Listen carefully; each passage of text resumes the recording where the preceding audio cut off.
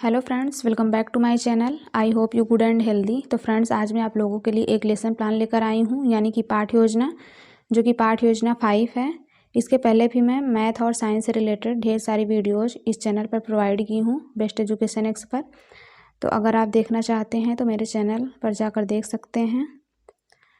और वीडियो को देखने के बाद अगर आप लोगों को लगे कि ये वीडियो अच्छी है, आप लोगों को हेल्प मिली है, तो मुझे मोटिवेट करने के लिए चैनल को सब्सक्राइब करें, और ये बिल्कुल फ्री है।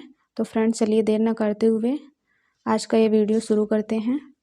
तो सबसे पहले इसमें दिनांक लिखना है, उसके बाद कक्षा 6, 7, 8 तीनों में से कोई भी क्लास डाल सकते हैं। विज्ञान, विषय विज्ञान है, उपविषय भौतिक विज्ञान, प्रकरण दृष्टिदोष। आज का प्रकरण है दृष्टिदोष। चक्र 4th, अवधि 35 मिनट। पीरियड यहाँ पर चक्र कोई भी डाल सकते हैं जिस चक्र में आप पढ़ाने जाएंगे। उसके बाद है विद्यालय का नाम। विद्यालय का नाम वही डालना है जहाँ पर आप टीचिंग करने जाएंगे। उसके बाद है सामान्य उद्देश्य। सामान्य उद्देश्य में 5 पॉइंट्स लिखना है, जिसका पहला पॉइंट है छात्रों में विज्ञान के प्रति रुचि उत्पन्न करना। दूसरा पॉइंट है विद्यार्थियों में पूर्व ज्ञान से नवीन ज्ञान में संबंध स्थापित करना। और तीसरा पॉइंट है विद्यार्थियों में विज्ञान के प्रति रचनात्मक विकास उत्पन्न करना। चौथा पॉइंट है छात्रों में मानसिक शक्तियों का विकास करना।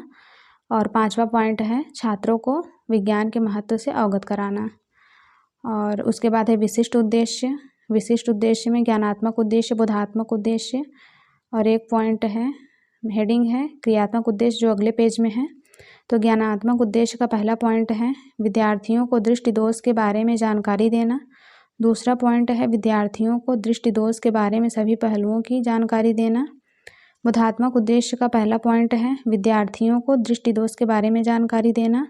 दूसरा पॉइंट है विद्यार्थी दृष्टिदोष को बोधगम्य कर सकेंगे। तो आगे बढ़ते हैं। क्रियात्मक उद्देश्य, विद्यार्थी इस पाठ के ज्ञान से भविष्य में आने वाली कठिनाई का सामना कर सकेंगे। दूसरा पॉइंट है विद्यार्थी इस पाठ से प्राप्त ज्ञान को अपने जीवन में प्रयोग कर सकेंगे। उसके बाद है सहायक सामग्री, श्यामपट्ट, चौक, डस्टर, चार्ट इत्यादि कक्षा उपयोगी सामग्री। पूर्व ज्ञान, उसके बाद है पूर्व ज्ञान, विद्यार्थी को दृष्टिदोष के बारे में सामान्य जानकारी है। उसके बाद 5 कॉलम्स बनाने हैं, जिसमें पहले कॉलम में लिखना है शिक्षण उद्देश्य, दूसरे में उद्देश्य एवं विशिष्टीकरण, तीसरे में छात्राध्यापिका क्रिया, चौथे में विद्यार्थी अनुक्रिया, और 5वें में शिक्षण बिंदु। तो शिक्षण उद्देश्य में प्रस्तावना, उद्देश्य एवं विशिष्टीकरण में विद्यार्थी के पूर्व ज्ञान नवीन ज्ञान से संबंध स्थापित करना।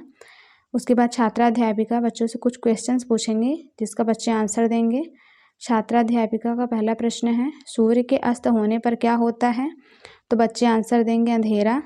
दूसरा प्रश्न है अंधेरा होने पर हम क्या करते हैं? बच्चे आंसर देंगे मोमबत्ती जलाते हैं। तीसरा प्रश्न है मोमबत्ती जलाने पर क्या होता है? प्रकाश। प्रकाश हमारे शरीर के किस अंग द्वारा ग्रहण किया जाता है? आँख द्वारा। 5वां प्रश्न है आँखों द्वारा स्पष्ट दिखाई न देना क्या कहलाता है? ये समस्यात्मक प्रश्न हो जाएगा। बच्चे यहाँ पर मौन हो जाएंगे और यहीं से आपका प्रकरण निकल कर आ जाएगा।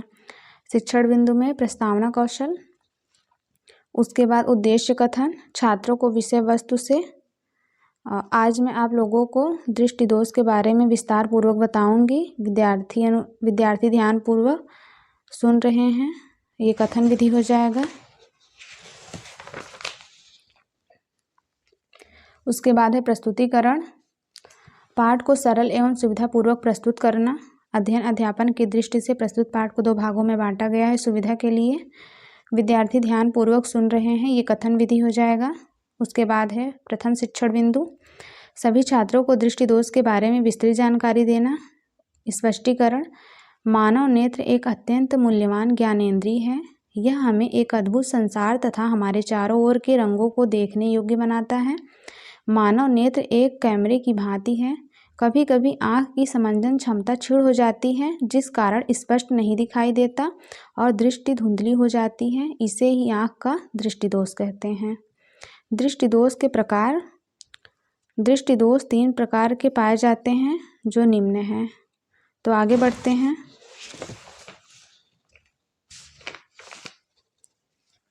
निकट दृष्टिदोष, निकट की वस्तुएं स्पष्ट दिखाई देती हैं परंतु दूर की वस्तुएं स्पष्ट दिखाई नहीं देती। इस स्थिति में वस्तु का रेटिना से पहले प्रतिबिंब बन जाता है।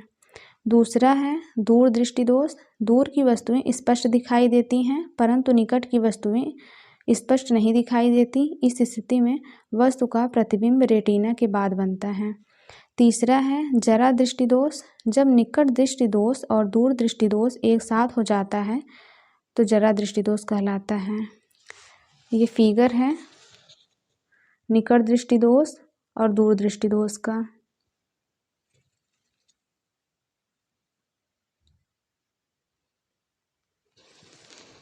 आगे बढ़ते हैं फिर।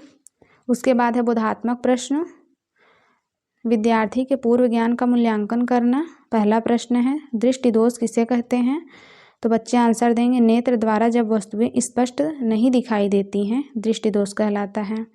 दूसरा प्रश्न है दृष्टि दोष कितने प्रकार का होता है? 3 प्रकार का। ये प्रश्नोत्तर विधि हो जाएगा। उसके बाद विकासात्मक प्रश्न। विद्यार्थी को पाठ की विस्तृत जानकारी देना। जरा दृष्टि दोष किसे कहते हैं? ये पहला प्रश्न है। निकट दूर दृष्टि दोष दोनों एक साथ हो जाता है। ये प्रश्नोत्तर विधि हो जाएगा। आगे बढ़ते हैं। दूसरा प्रश्न है दृष्टि दोष का निवारण कैसे किया जाता है? ये समस्यात्मक प्रश्न हो जाएगा। बच्चे यहाँ पर मौन हो जाएंगे और यहीं से आपका दूसरा प्रकरण निकल कर आ जाएगा। द्वितीय शिक्षण बिंदु। उसके बाद है छात्रों को दृष्टि दोष के निवारण के बारे में विस्तृत जानकारी देना। स्पष्टीकरण। दृष्टि दोष के निवारण। दृष्टि दोष का निवारण चश्मों द्वारा किया जाता है। पहला है निकट दृष्टि दोष निवारण अवतल लेंस के चश्मों द्वारा किया जाता है। दूसरा है दूर दृष्टि दोष निवारण उत्तल लेंस के चश्मों द्वारा किया जाता है। तीसरा है जरा दृष्टि दोष का निवारण द्विफोकल लेंस के चश्मों के प्रयोग द्वारा किया जाता है। विद्यार्थी ध्यानपूर्वक सुन रहे हैं। ये व्याख्या कौशल हो जाएगा। और इधर साइड में निवारण है जो अवतल लेंस और उत्तल लेंस का फिगर बना हुआ है। उसके बाद बोधात्मक प्रश्न। विद्यार्थियों के ज्ञान का मूल्यांकन करना। पहला प्रश्न है निकट दृष्टि दोष का निवारण किस लेंस द्वारा किया जाता है? तो बच्चे आंसर देंगे अवतल लेंस के द्वारा। दूसरा प्रश्न है दूर दृष्टि दोष का निवारण किस लेंस के द्वारा किया जाता है? उत्तल लेंस के द्वारा। ये प्रश्नोत्तर विधि हो जाएगा। तो आगे बढ़ते हैं। उसके बाद है श्यामपट्ट कार्य। सभी छात्रों के प्राप्त ज्ञान को पुनः स्मरण करना। दृष्टि दोष के प्रकार ये श्यामपट्ट पर लिखना है। विद्यार्थी ध्यानपूर्वक देख कर लिख रहे हैं। ये श्यामपट्ट कौशल हो जाएगा। उसके बाद निरीक्षण कार्य। विद्यार्थी अपनी उत्तर पुस्तिका में श्यामपट्ट का सारांश उतारेंगे। छात्राध्यापिका छात्रों को श्यामपट्ट सारांश अपनी उत्तर पुस्तिका में साफ सुंदर और शुद्ध शब्दों में उतारने का आदेश देगी और स्वयं घूम घूम कर कक्ष निरीक्षण करेगी। और विद्यार्थी अपनी उत्तर पुस्तिका में श्यामपट्ट के सारांश उतार रहे हैं। ये निरीक्षण कार्य हो जाएगा। उसके बाद है पुनरावृत्ति प्रश्न। विद्यार्थी संपूर्ण पाठ को एक साथ पुनः स्मरण करेंगे। पहला प्रश्न है नेत्र द्वारा धुंधला दिखाई देना क्या कहलाता है? तो बच्चे आंसर देंगे दृष्टि दोष। दूसरा प्रश्न है दृष्टि दोष कितने प्रकार का होता है? तो बच्चे आंसर देंगे 3 प्रकार का होता है। ये प्रश्नोत्तर विधि हो जाएगा। उसके बाद गृह कार्य। विद्यार्थी को ज्ञान के अभ्यास द्वारा सुदृढ़ करना। पहला प्रश्न है दृष्टि दोष किसे कहते हैं? और दूसरा प्रश्न है निकट दृष्टि दोष किसे कहते हैं? विद्यार्थी गृह कार्य उत्तर पुस्तिका में उतार रहे हैं। ये अभ्यास विधि हो जाएगा। तो यहाँ पर ये लेसन प्लान कंप्लीट होता है। आई होप कि ये वीडियो आपके लिए हेल्पफुल रही होगी। और प्लीज़ अगर आज का ये वीडियो लेसन प्लान पसंद आया हो तो नीचे सब्सक्राइब बटन पर क्लिक करें और बेल आइकन को प्रेस करें। Thank you.